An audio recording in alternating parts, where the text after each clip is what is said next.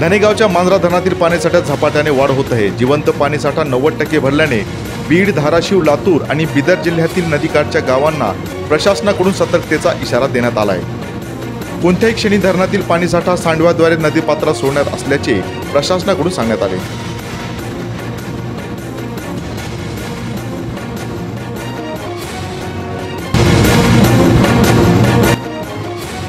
79व्या भारतीय स्वातंत्र्य दिनानिमित्त शहरातील जे इंग्लिश स्कूलमध्ये ध्वजारोहण करण्यात आले। सामाजिक कार्यकर्ते प्राध्यापक हनुमंत भोसले यांच्या हस्ते ध्वजारोहण पार पडले। यावेळी ब्लेसिंग चॅरिटेबल ट्रस्टचे सर्व सदस्यांच्या उपस्थितीत विद्यार्थ्यांनी तिरंग्याला मानवंदना दिली।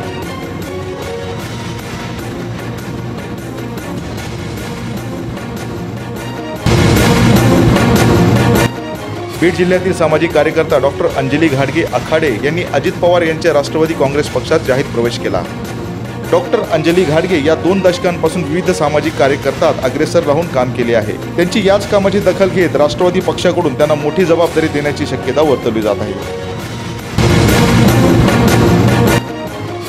शेतकरी, व्यापारी व कुरेशी समाजावर तथाकथित गोरक्षक व अन्य संघटनेकडून होणाऱ्या त्रासामुळे जनावरांच्या बाजारात खरेदी विक्री बंद करण्यात आली आहे।